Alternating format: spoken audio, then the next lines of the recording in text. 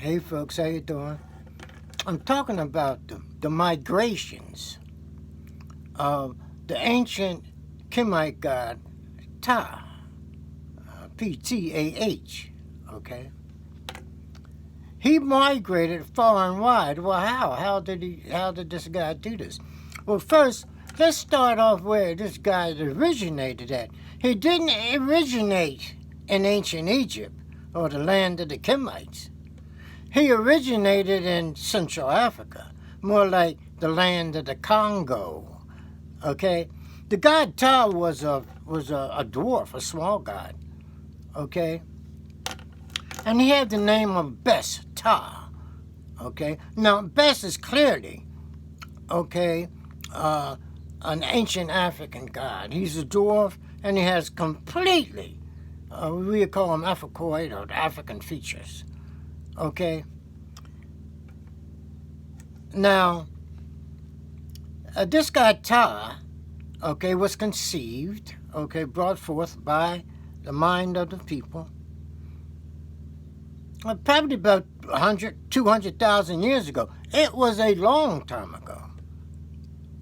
He was not a new one, okay? So,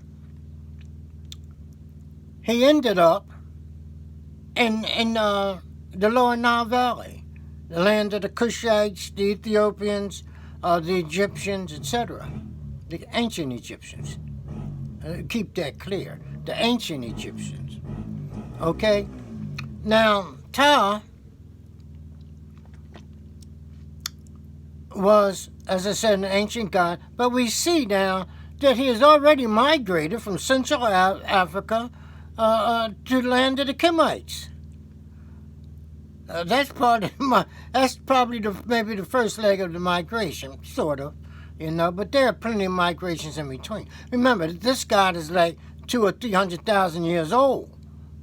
Okay, the land of the Kemites wasn't that old, ancient Egypt. Okay, it was old, but not that old. It was very old, but not that old. But anyway, we have the name of Ptah. One of his names was Ptah. Okay? This will help us extend his migration when we understand his name. Okay? But we'll have to do a little transliteration. Change the letters. Okay? According to the law of language. Now, Ptah, the P in Ptah can be changed to a B. They are interchangeable, the B and the P. Okay? So now we got Ptah. So the T's, in Ptah, the two T's can be changed to D's. The D and the T are interchangeable. Okay? But this gives us the name Buddha. We change the T's to a D, we get Buddha. So Buddha and Ptah are actually the same. Now, some folks might not agree with this. Most of them, the Buddhists probably won't, because they want their God to be like an Asian God for some reason, But actually, a Buddha originated in Africa, Central Africa at that. Okay? Some scholars know this. They all know it probably. They just don't want to talk about it. So we see now how the god Ptah migrated all the way to like India, China, Japan, wherever there are Buddhists. Okay? And this has to do with the migrations of Ptah. Okay? Now, Ptah had a son, named Atum. And Atum is the one who, circumcised himself. And he was supposed to be the first god in male form. Male form? Yeah. Oh, what about before him? What form were they in? Well, the form of a female.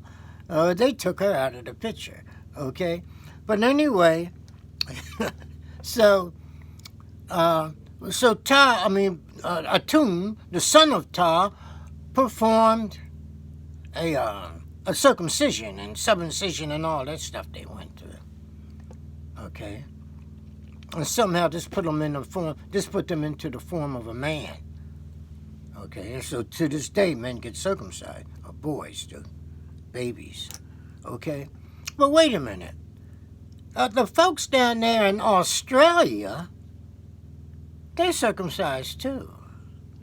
You see, where did they get it from? They brought it from Africa. Those folks originated in Africa 50, 60, 70,000 years ago. They made their migrations. Not straight. They didn't have to go straight from Africa to Australia. These migrations took time. People would migrate maybe 400 miles or so, stop and make camp, make a village, and stay there for 1,000 years or more. And then someone would break off and migrate further out until they got to Australia and Southern Asia, etc., Northern Asia. They was even in Siberia. But anyway, okay, we know now that this circumcision business, okay, was supposed to have started with the god Atum, hence the son of Ptah, okay, relates Ptah to the works or the rituals done by the Australians. Because they came from Africa, the land of Ptah, okay, and Atum, his son, who performed the circumcision on himself. You see. So now we see that even though I don't think in Australia they call the god Buddha, but they sure do in Asia.